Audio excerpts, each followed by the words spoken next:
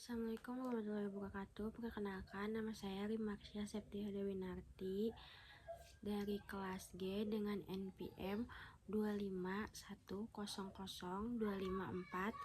Di sini saya akan mengerjakan UAS Pancasila. Pancasila sebagai landasan kehidupan bermasyarakat, berbangsa, dan bernegara. Pancasila merupakan dasar negara, ideologi nasional, pandangan hidup, dan paradigma kehidupan bangsa Indonesia. Pancasila tidak lahir secara tiba-tiba, melainkan merupakan hasil kristalisasi nilai-nilai luhur bangsa Indonesia yang berkembang melalui proses sejarah dan perjuangan panjang melawan penjajahan. Dalam perkembangannya, Pancasila tidak hanya berfungsi sebagai dasar negara, tetapi juga sebagai pedoman etis, sistem filsafat, serta landasan nilai dalam berbagai aspek kehidupan, termasuk demokrasi, pendidikan, hak asasi manusia, ilmu pengetahuan, dan tantangan globalisasi. Pancasila dalam konteks sejarah perjuangan bangsa. Dalam sejarah perjuangan bangsa Indonesia, Pancasila lahir sebagai jawaban atas kebutuhan akan dasar negara yang mampu mempersatukan bangsa yang majemuk. Perjuangan bangsa Indonesia yang awalnya bersifat kedaerahan berkembang menjadi perjuangan nasional yang dilandasi semangat persatuan.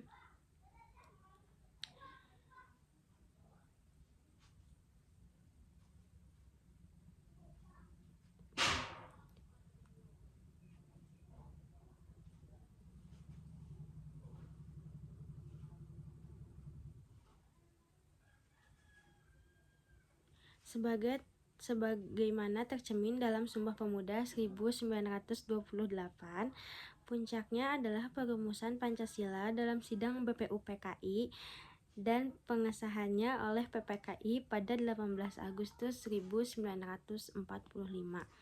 Hal ini menegaskan bahwa Pancasila merupakan hasil perjuangan kolektif bangsa Indonesia. Pancasila sebagai dasar negara dan ketatanegaraan Republik Indonesia. Sebagai dasar negara, Pancasila menjadi sumber dari segala sumber hukum dan landasan penyelenggaraan negara.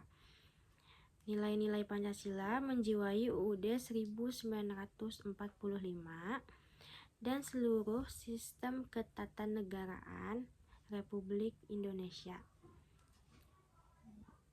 Dalam konteks ketatanegaraan, Pancasila berfungsi sebagai landasan konstitusional, pedoman penyelenggaraan kekuasaan negara, acuan pembentukan hukum nasional negara Indonesia sebagai negara hukum, menetapkan Pancasila sebagai dasar moral, sehingga hukum tidak hanya bersifat formal, tetapi juga berkeadilan dan berperi kemanusiaan. Pancasila sebagai sistem filsafat dan etika. Pancasila sebagai sistem filsafat memiliki dimensi ontologis, epistemologis, dan aksiologis. Hakikat manusia dalam Pancasila adalah makhluk Tuhan, makhluk individu, dan makhluk sosial. Sebagai sistem etika, Pancasila menjadi pedoman moral dalam menentukan baik dan buruknya dalam kehidupan bermasyarakat dan bernegara. Setiap sila mengandung nilai etis yang menuntun perilaku manusia agar berkeadaban, adil, dan bertanggung jawab. Demokrasi Pancasila adalah demokrasi yang berlandaskan nilai-nilai Pancasila, khususnya sila keempat. Demokrasi ini menentukan musyawarah mufakat, kebebasan yang bertanggung jawab, serta menjunjung tinggi moral dan persatuan nasional. Demokrasi Pancasila berbeda dari demokrasi liberal karena tidak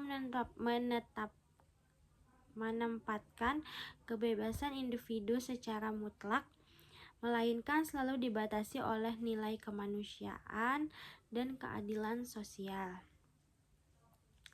Pancasila sebagai dasar pendidikan. 1. Pendidikan anti korupsi. Pancasila menjadi dasar pendidikan anti korupsi karena korupsi bertentangan dengan seluruh nilai Pancasila.